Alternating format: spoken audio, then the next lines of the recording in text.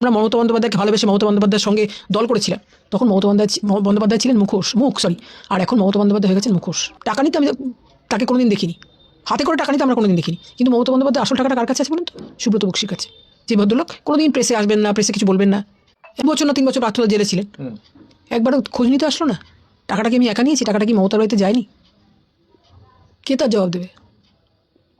মানে টাকা মমতা বন্দ্যোপাধ্যায়ের কাছেও আছে? হ্যাঁ, টাকা মমতা বন্দ্যোপাধ্যায়। শোনো, যে দুর্নীতিটা হয়েছে এটা প্রাতিষ্ঠানিক দুর্নীতি। মমতাদি বলছেন আমি কিছু জানি না, পার্থদা সব নিয়েছে। পার্থ তো কাঁদতে বললেন লতা আমাকে ধরিয়ে দিয়েছে। লতা, পার্থ তুমি লতার বাড়িতে তো লতার ভাইকে চাকরি দিয়েছো, লতার ভাইয়ের মেয়েকে চাকরি দিয়েছো, মমতাদির বোনের বরকে চাকরি দিয়েছে, তারককে চাকরি দিয়েছে, বাবুনকে চাকরি দিয়েছে, যে বাবুন একটু রেলা মেরে ঘোরাফেরা করে, মমতা ব্যানার্জি ছোটো ভাই, তাকেও চাকরি দিয়েছে। পার্থ তখন অনেককে চাকরি দিয়েছে, মমতাদি কথা অনেককে চাকরি দিত। তৃণমূল থেকে কি পেলেন মুখ্যমন্ত্রী মমতা ব্যানার্জি?